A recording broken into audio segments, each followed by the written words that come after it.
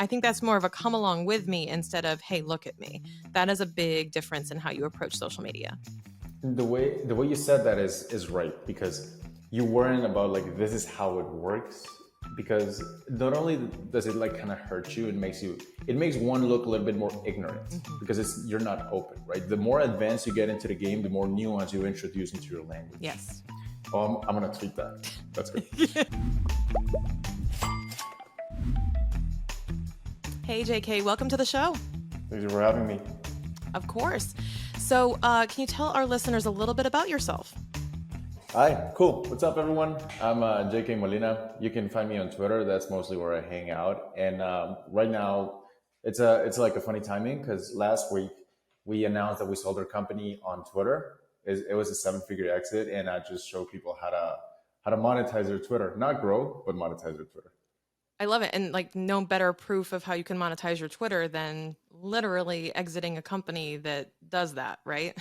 Yeah, that was the point, and it's cool that you mentioned that you're like an accountant, CPA, because it Hmm. was it was such a mess to figure out how to pay the least amount of taxes on it, but we figured it out, and then it hit. That is a complicated knot to untie for sure. For sure.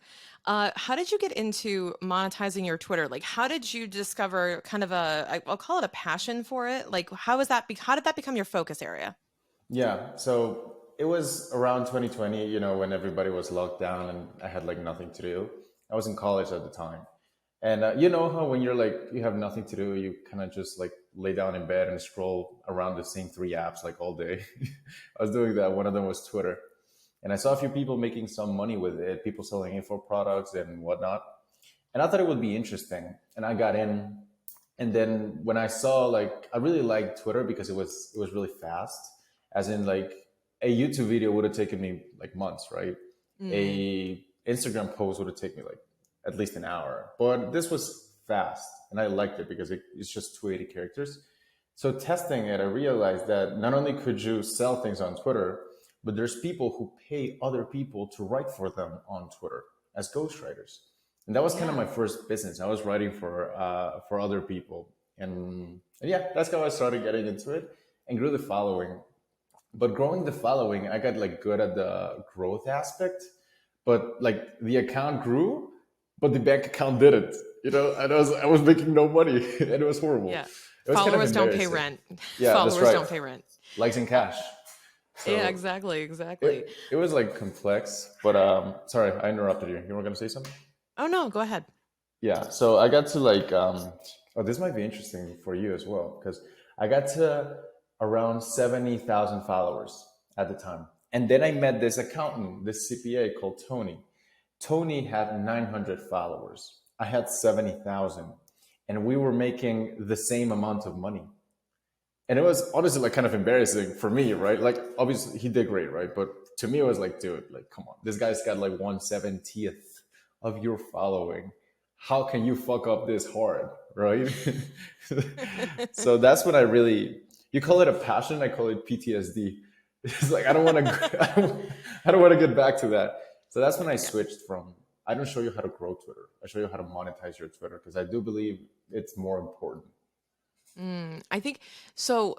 I preach this all the time to say, like, what is a follower worth to you, though? Like the value of a follower, because you can have like different coins, right? And it's like, well, different ones are worth different amount of money, and just having more followers doesn't mean you have a better ability to monetize or that you're making more money. And I think this is just like the follower metric is a really interesting thing that people are competing for eyeballs and for followers. But I'm like, but what are they paying you?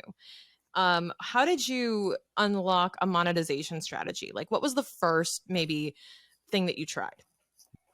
Yeah, that I want to get a little bit back to that Yeah. point that not all followers are created Mm-hmm. equal. I think that's just a great point to like dive on, because let's say like how do you measure the quality of a Mm-hmm. follower, right? And it's not the follower growth that's wrong. It's how people get the follower that's wrong. So let's say you're an early stage entrepreneur, you're trying to get clients or whatever. If you see what other people in your space are doing is they're trying to go as viral as possible. They try to get as many eyeballs on it as possible.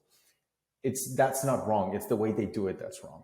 Because they end up talking about other things that don't relate to them. Like, for example, let's say you watch a YouTube video on 10 stoic hacks by Marcus Aurelius, right? Like, that has nothing to do with whoever uploaded it. So do you feel like enticed to buy their stuff? Probably not. It wouldn't make sense, right? Whereas you already have David Goggins on the other side. He did it, right? He went through it. So he explains what happened to him. So that makes more Right. sense. So the value of the follower is really, how did you get it? Did you get it talking about other people's achievements or things you haven't done? Or did you talk about things you have done that correlate to you? A follower from a viral video isn't the same thing as a follower that comes from a case study, you know? So it's how you get them that matters. And I really understood that when I met up with my business partner, Ryan. So we both now run our business, and Ryan and I never really interacted. We knew each other from Twitter, kind of, but not really. And then one day I told him, Ryan, like, dude, I'm not getting any inbound. Nobody's asking me, like, what do I do? Right. And I had a big following. So obviously I was fucking it up. And then he goes, you know what? It reminds me of why I didn't connect with you earlier. Because Ryan's older than me, he's more experienced than Mm-hmm. me. And I'm like, why? It's because when I saw your content, I thought it was pretty basic. It was kind of for beginners. And like, if your business partner tells you that, it's like, fuck, like, what am I doing wrong, Yeah. right? So then I switched it. Instead of talking about what you should do, what you had to do, I talked about what I did and what could work for you. Mm. I started speaking in more nuance, and I started speaking over the only thing that I knew I had credibility on and proof. Because, like, if you give advice just right away, it's not as valuable as if you say, hey, I tested this and this is the result, do it if you want, right? Mm-hmm. So the main shift I made is talking about, instead of like talking about what other people have done, I talk about what I have done in a more humble way, as in, this is not the truth, this is my truth, you can apply it if you'd like. So mainly two things to answer your questions. What did I change? I started speaking in a more humble way, as in, I don't know everything, and I started only talking about things that I had credibility on. I like that. Speak about what you know, but speaking from a place of, but I don't know everything. Right, right. Like, and you have proof, right? Like, you've tested it. So, and that also kind of, it allows you to not have, like, people can't call you out. Right. They can't say, oh, you know what, fuck you, Shannon, like, that doesn't work, right? No, Like, because you've that's not tested true. And it, I'm like, you that's my have proof. experience. You can't argue my Yeah, experience. You can't argue my story because you didn't live it. I did. So it's exactly. absolutely true. I can relate to that too, as someone who makes a lot of content on social media around like tax savings, which is a hot topic in a lot of channels.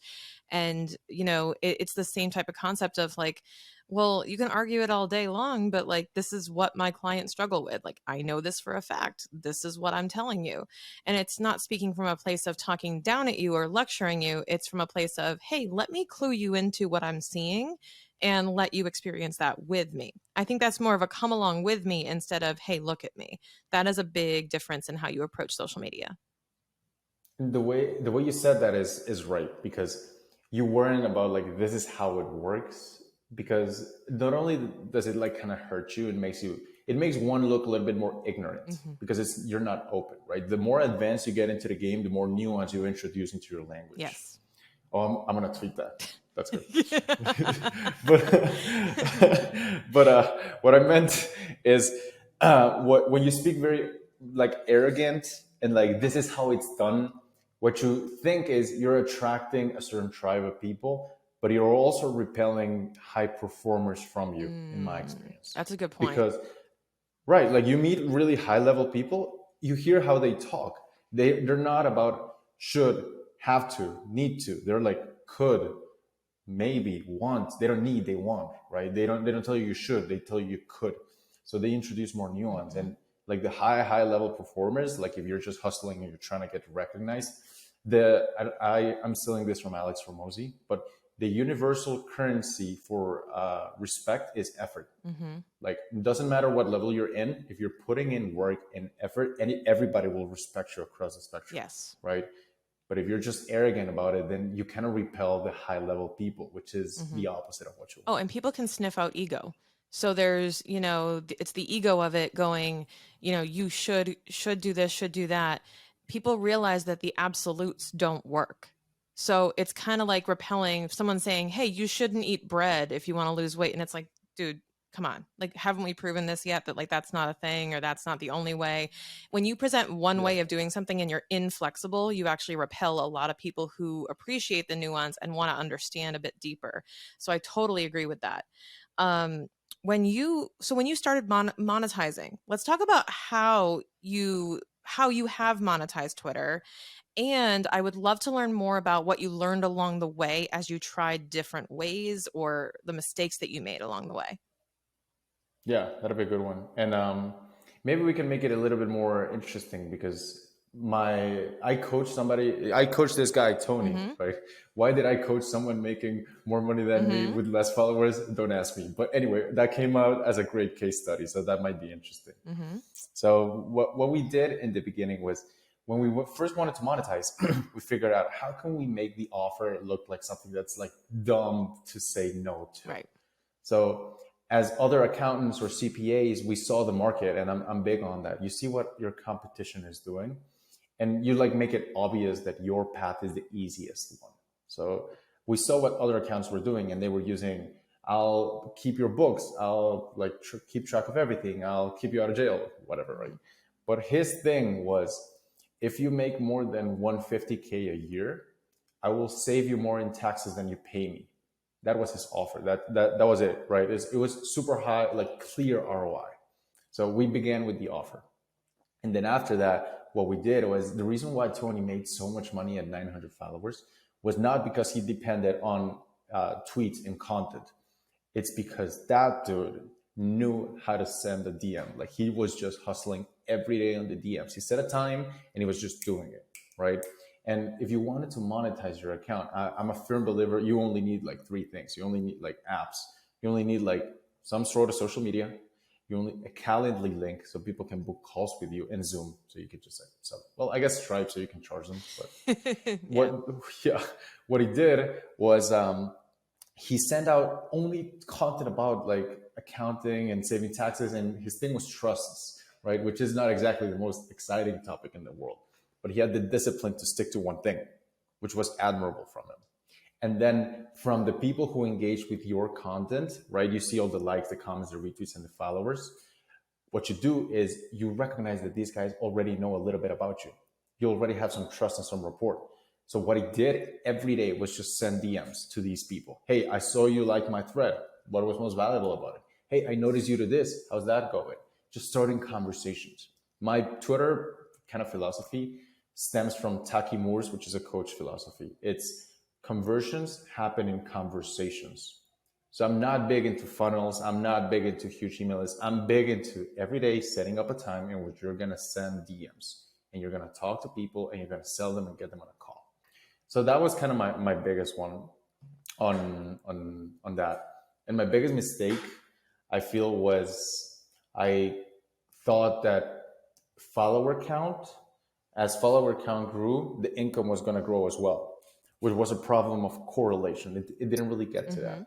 Like, you know how you're at the gym, right? And like there's like if you put two guys in a fight, it's a jack guy that has no martial arts training and this martial arts trained dude that's like super small and skinny. He's still gonna beat him. Mhm. He's gonna kick his ass. Yeah. So and the reason why that happens is because maybe the jack guy thought that just by getting more muscle he was going to fight better, but not really. Same thing with audience building. You think that because you grow the followers you're going to make more money? Not really. You need to learn how to fight and you need to learn how to monetize to Yeah. really get good at those That's a areas. You know what I that's a mean? great analogy because it's not about how you appear, it's about what are you putting the reps in doing and how can you repeat that to get the result that you want. Yeah. You want to learn how to learn that one? How? So I was in Austin, right? And in Austin, there's like the best gym of jujitsu in the Yeah. world. And I love jujitsu now. Didn't love it back then, but I was first starting out. And I went to the gym a little bit and I thought like, yeah, I can fuck people up. You know how the people who don't know how to fight think they can fight the best? So that was me, right? I get to the gym at Henso at Austin, and everybody's got a sparring partner at the end of the class, except nobody wants to spar with the white belt, right? Because you want to test your skills. But there was this one lady, 50-year-old lady, about shoulder height, super skinny, that didn't have a sparring partner. And I go like, hey, you want to spar? She's like super respectful. She's like, of course. let's go. Shannon, we fought for like 5 minutes. She submits me 7 times. She makes me give up 7 times. And like the Love craziest it. shit, because like she would go like behind my back, and she was like this spiritual kind of woman. And like she knew I was a white belt. She was like a purple or brown belt. And she would go behind me and say weird shit like, control your breathing. Don't rush. And like she'd grab me on a hole and she's like, this is where you tap. Like, holy shit, what's going on? So that's when I learned, right? You can get jacked and get fucked up, or you can learn the things that will actually make a difference, like Yeah. this lady You did. have to show Yeah, up in that craft, and you have to deliver results. It's not about the appearance, it's not about anything else. And that's where the ego has to get shed, and you have to just go, "You know what? Maybe I'm not getting the results cuz something I'm doing needs to be changed and I'm not doing it perfectly." exactly. Um so let's talk a little bit more about, so we have, the starting the conversations, right, in the DMs, and using that type of strategy to start the conversation and thus the conversion. What do you recommend people do? Because I think that there's a big um gap between, because people post content that they think is valuable, but what I'm realizing is a lot of people post content that doesn't provoke a conversation, or they're not, they're posting content for them. Like, how do you recommend people create content that then is easy to use to start that conversation or leads people to engage or converse more? Yeah, those are good. Those are good questions. I think it every piece of content you send should is really aimed to accomplish one thing. So when it comes to social media and just audience growth in general, you are the product and your content is the sales letter. When Mm, it comes to the sales letter, you don't want to get people distracted. So like when people, let's say you post a thread on Steve Jobs rules of success, you're distracting them. Like that's not going to help you even if it goes viral, right? So what I would say is think what would go on a sales letter. And mostly on sales letters, what they do is build trust. So every single one of your pieces of content should aim to build a little bit of trust, right? And you do that with testimonials because it shows like proof that your thing works. mhm.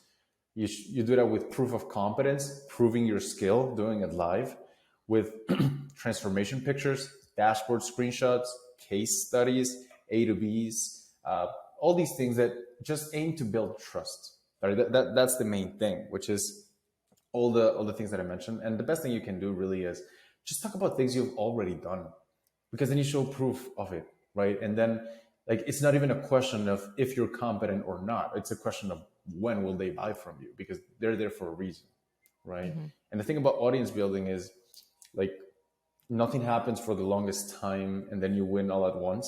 So like nothing will happen for the longest time. It'll be boring to talk about everything. But you get tired of your message before your followers do.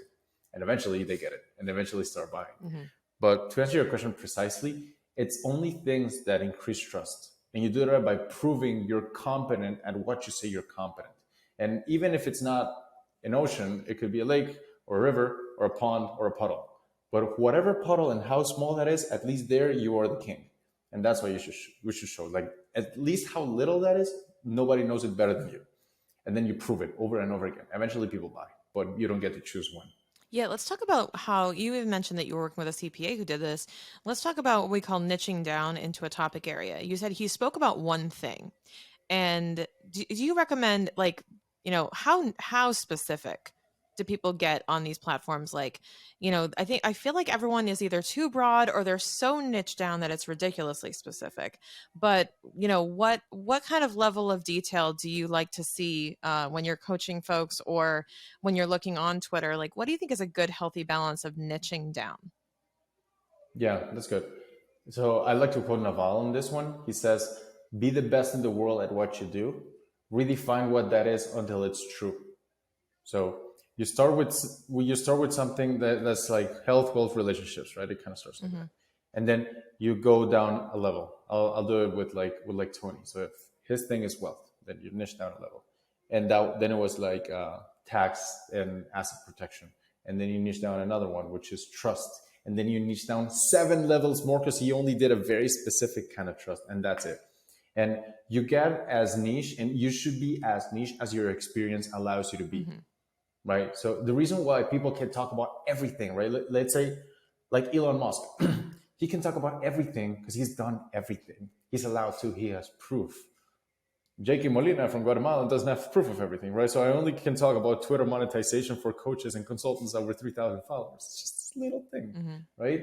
So you niche down as much as your experience allows you to do, right? Which is why I don't like it, where I feel like it's wrong when you see these big accounts that post about general topics like stoicism, rules of success, it's mindset.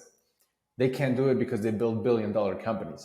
You could say the exact same thing, but it has no weight because you're Johnny in the basement, Mm-hmm. right? It's not just about the message, it's about the messenger. Mm-hmm. So when you talk about the niche, you're talking about how much can you niche down in which on that little pond, there is no way to deny that you're the best at what you do. So that's how you should niche down. I'm hesitant to give you like niche down 3 levels and then do this Yeah. because I want people to kind of think through it. What can I provide to people? I think yeah, it's about finding your uniqueness too. Like how do you bring a unique angle to a niche as well? So it's not only industry and specific tasks and stuff like that. It's also, what is your unique approach to that you can then speak to as well that then helps you, be perceived as the best at what you do. And I think that's a really important concept. Now, the we talk about monetizing it, right? Like when we talk about monetizing Twitter, when we talk about monetizing anything, I think people's brains immediately jump to selling something actively on the platform or using the platform to make money, like where you get paid to post or paid to do things like that. Let's talk about different ways that you've experienced how to monetize Twitter, like how to actually do it. We mentioned selling in the conversations, right? And in the DMs. Let's talk about some more tactical ways people can actually sell or monetize on the platform. Yeah. So let's start with which one I recommend depending on where you were Hmm. at, and then I'll try to distill each one. Sure. So for me, the price of your offer or whatever you're selling is inversely correlated to how big your audience is. Meaning, the smaller the audience, the more expensive it should be. And then you kind of just go like that, right? So the people who are just starting out that say, I'm going to launch an ebook or I'm going to launch a community like 19 bucks, $9, that's not going to do much for you because you don't have the volume to make up for it. Whereas Mr. Beast can sell sodas and make a shit ton of cash, right? Hmm. Well, we can't. We're not him. So what we need to do is we need to price things higher. So I would recommend you just starting out and you're below 5K a month, below 10K a month. I do recommend service businesses. And that's because it's high ticket. You can charge like 2K for it. You don't need to convince a lot of people. It's like 4 or 5 and you're already making good money. Hmm. And you can iterate fast, right? So I like that as if you're just first starting out. So let's say if you are like below 30K a month, like 0 to 30K a month, I recommend service businesses because to me it's just easy, right? You can just go, and what you get depends very much on how much you like send the DMs. And if you actually commit to sending the DMs, then you'll get to 30K and you keep providing service. What happens at 30 is people usually burn out. And it's like you're taking in too many clients and you feel like you're capped, right? Your time and income is capped. So at 30, I recommend going from instead of done for you, which is the agency service or service in the beginning, at 30K, I recommend going done with you. As in, we're going to do it together. You may coach people. It might be on a lower ticket, but you now have the income and the follower growth to make up for it. And you end up making more money because it scales with you. And then when you get to like 7 figures, that's like, or like a big following, that's like do it yourself, right? You might launch something so they can do it. But because you have the credibility, you have the follower count, and you have the size and the volume, it's easy to make that work for you. So I do believe small follower count, high prices, high follower count, low prices. And that's kind of how I price it. For me, I'm kind of in the middle. Well, I had two. Tweet Hunter, which we just exited, that was do it yourself. Hmm. And I launched that when I had like 40K followers. And then I had, now I do it done with you. So I coach people on it and it's kind of in the middle, but I just like that model. So I just stuck to it. Gotcha. So let's talk about when we talk about how to monetize though, like those are the offers. How do you sell it? Or how do you Okay. use Twitter to monetize? Yeah. Okay. So you want to monetize? Get to 30. We'll get to 30K a month. Is that fair? Should we Yeah, start with let's say that? that the target is to get between 10 and 30K a month. Great. All right. So first thing you come up with a service that you can sell for like 2K, right? And this is not hard. There's people in all industries that can do that, right? And then you figure out how, like you said, how do you give it like a unique twist to it? What makes your method or your mechanism different? Like some people make you lose weight with bread and without bread. So which one are you, right? Right. And then what you do is you just talk about those things, and you don't talk about anything that's not problems, solutions, or unique mechanism. If it doesn't fall into any of those three buckets, you don't send it. And then you're going to end up getting a few followers. To all those followers, you check your likes, your comments, your retweets, your followers, and the same likes, comments, retweets, followers of people who have your dream audience with them, right? So you can go to people with huge audiences. And I call it creating your dream 100. Your dream 100 list of people who have your prospects following them, right? So you come up with this huge list of potential people that could buy from you, right? Your customer and your money is going to be somewhere inside of there. And what you do is I tell everybody this: you go to your calendar and you set up an hour every day. For the first 30 minutes, what you're going to do is you're going to DM everyone. You're going to say, hey, I noticed you follow him. What do you think about this? Hey, I noticed you follow me. What was most valuable? Hey, how's business? And you test different ways to start conversations. Your goal will be to get them on calls, Mm-hmm. right? So for the first 30 minutes of the hour, you know how you right click and then open a new tab? You know, you're just going to do that and open up just a ton of profiles. For the other 30 minutes, you're going to start conversations with every single one of them. And you say, hey, I noticed this, hey, would you like this? And then you keep talking. Eventually, somebody's going to get on calls. And if you want to get a 10 to 30K a month, you're not, I mean, you don't have to convince that many people. It's like 10 people you need to get them to agree to a high ticket service. It's not much, right? So you keep doing that and you actually commit to the action of doing it an hour a day. Eventually, someone's going to get on a call with you. And then some percentage of that will buy from you. Problem is people don't do it. People don't actually stick to the lead gen thing. So Yeah. that's why they don't make money. But if they just did, they would make money. And I think that it's really important to focus on conversation because I couldn't tell you how many cold DMs I get that are like, please buy my thing like immediately. And I go, whoa, that's like asking me to like sleep with you on the first date. Chill out. Like it's the first message is a high commitment ask. And I think that's the biggest mistake a lot of people make is they come right out the gate and go buy my stuff. And it's like, whoa, who the hell are you?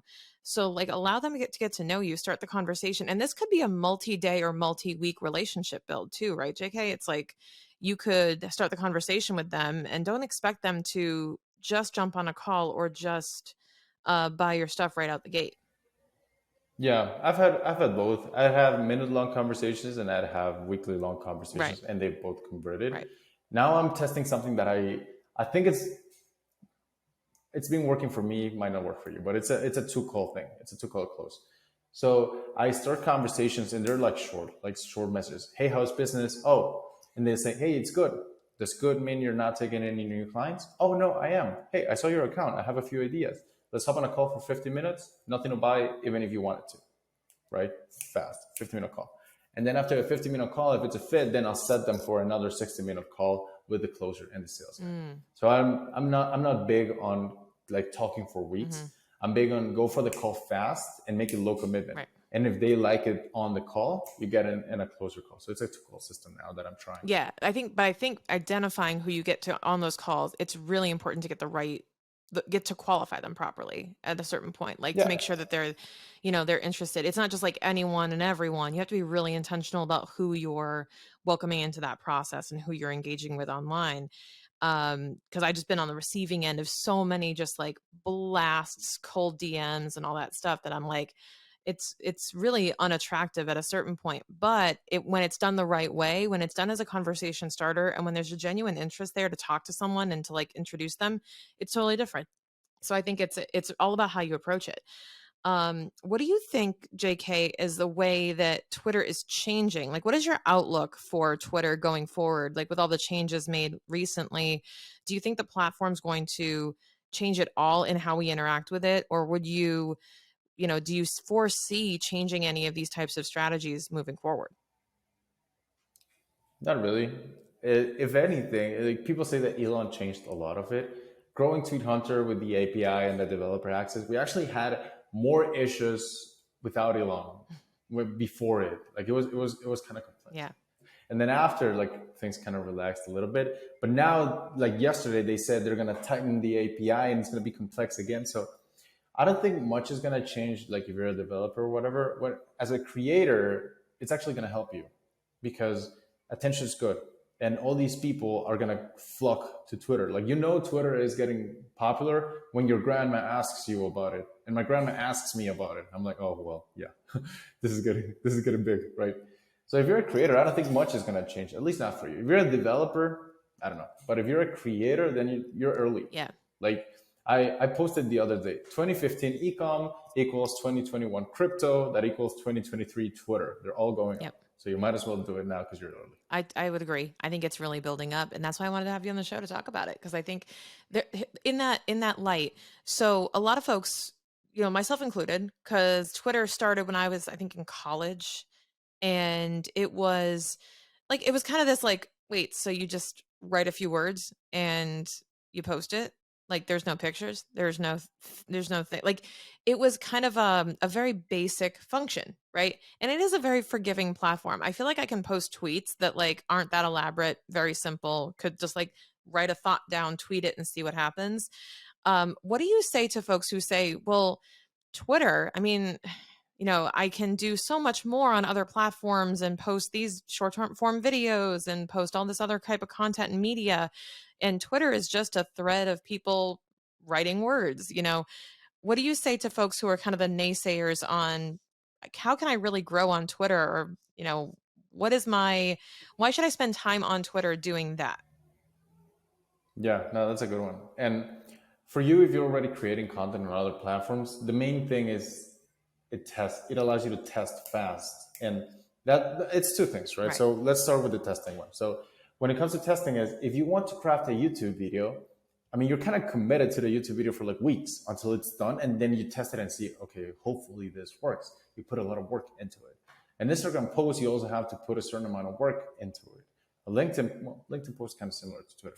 But on other platforms or TikToks, it requires some like certain inputs of work. And the input of work that it requires to write a tweet, it's like a fraction of it, which means your cadence can be higher, which means you can test more ideas. So the way Alex Ramosi uses Yep. Twitter, he says, it's if we wanted to craft a long YouTube video or something that's just more elaborate, we'll test it on Twitter first. And from all the tweets that, by the way, took me like 20 seconds to write, we'll filter them and see which one are the highest performing. And from that, we'll create content. And we know that the content will hit because it already did in the past. We're just expanding on something with proof. So for me, it allows me to make decisions more confidently, knowing that if I record a YouTube video on this, it's going to hit. Yeah. If I record an Instagram, whatever on this, it's going to hit. So it's just the verification and the speed of testing that I enjoy. Yeah. It's giving a And the sample. second Yeah. one, yeah, it's just fast. It's just useful. And the second one is audience quality. Like there's a lot of smart people on Twitter. The other day, I met this guy had like 1,000 followers. He was only talking about poker. Like he only talked about poker. 1,000 followers, no banner picture. Turns out, dude's a 9-figure Amazon seller. I'm like, dude, what the hell? The other dude, he had 40 followers, winner of the two comma club C double X award, something like that. The guy's like loaded, right? Like $100 million, right? And he has like 42 followers. And those people are not uncommon on Twitter. Like you're not on Twitter for acquisition. That's not going to be the main thing. You're not on Twitter for distribution. You're on Twitter for network building. Because when you build a Twitter account, people, it's not that they want you because it's flashy. They want you because of how you think. So the connection is deeper. It's stream of consciousness. And then you end up in a point in which you end up getting access to all these networks of high level people. Because high level people, a lot of them are on Twitter. And if you combine those two, I feel like those could be very powerful assets to your business. It's not that is it YouTube and Instagram or Twitter? It's kind of more of an and situation because you can test on Twitter and you can also grow audience and networks on Twitter, which will eventually lead your business to go all up. So I just feel like it's just a great, it's just a great multiplier for everything you do. I agree. And actually, when you brought that up too, because I'm familiar with how Alex uses it, and that actually inspired me to go, yeah, you're right. I should probably be like, if I'm going to do anything, I make a podcast and I tweet. Like those are the two main things I do. And then I have a lot of teams that help me with the rest of the production side of stuff. And when you think about it, you're more likely to be interacting if you're on Twitter, you're more likely to be interacting with the actual person because it's a very friendly platform for, let's say, Alex to literally use on his phone as opposed to someone on his team who's probably managing his Instagram or his Facebook or his LinkedIn for him.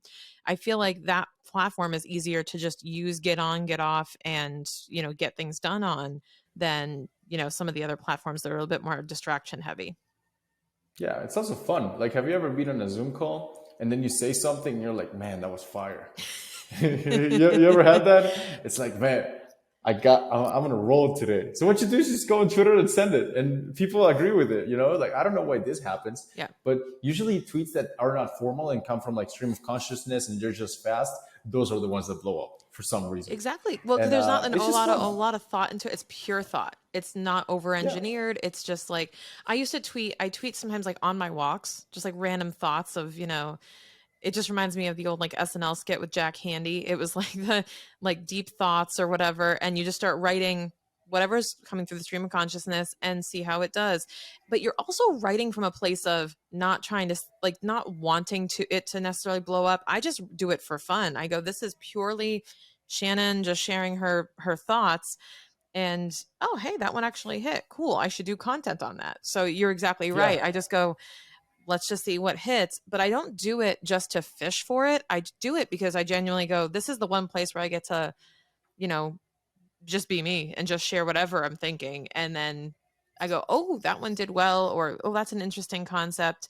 It's really helpful. And I think that Twitter is going to expand more, and the use of it is more than just your, when we started it was like the, 180 characters. It used to be your 150, and it was really short thoughts, but I think it's really expanding and it's going to be a bigger growth potential in the coming years. yeah. We're all early on this thing, so it's just a good place to be. All the attention, it can't hurt. It can't hurt. And with how little commitment it is, Yeah. it's not why Twitter, it's why not. Yeah. Like it doesn't cost you anything. Why wouldn't you do it? You do it anyway. You think anyway. Just write it. Absolutely. And you always want to have a way. I'll just reiterate this because I've mentioned it on the show before. You always want to have a way for people to interact with you. But also, if we saw what happened with Twitter, people were on it, people were leaving it, whatever, they were threatening to leave it.